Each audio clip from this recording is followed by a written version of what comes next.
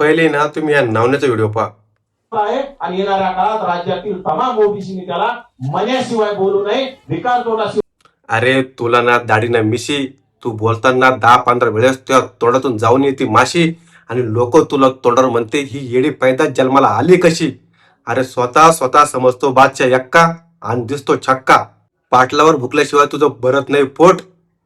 तू आहेच भिकार चोट. आणि हे सुद्धा तुला कळालेले की आपण पाटलाचे गळालेले.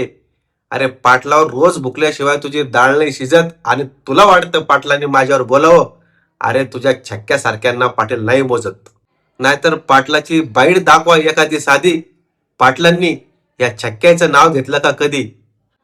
स्वतः स्वतःला नेता समजतो.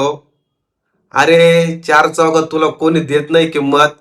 अरे त्या महेश दादा डोंगरेंनी तुला जालन्यात बोलवलं, तुला खुलं चॉलेंज दिलं.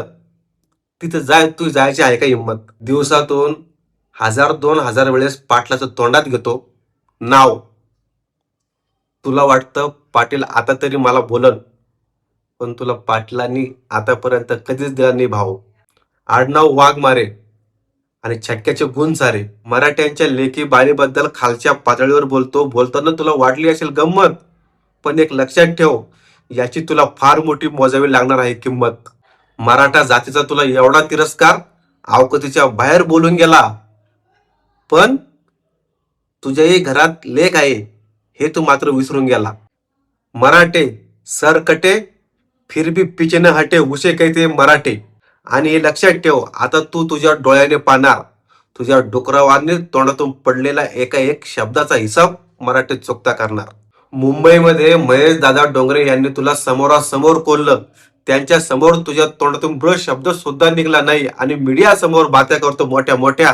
फक्त पाटलांनी आदेश दिला पाहिजे, एका दिवसात नाही आणलं ना मराठ्यांनी तुझ्या कपडात गोट्या.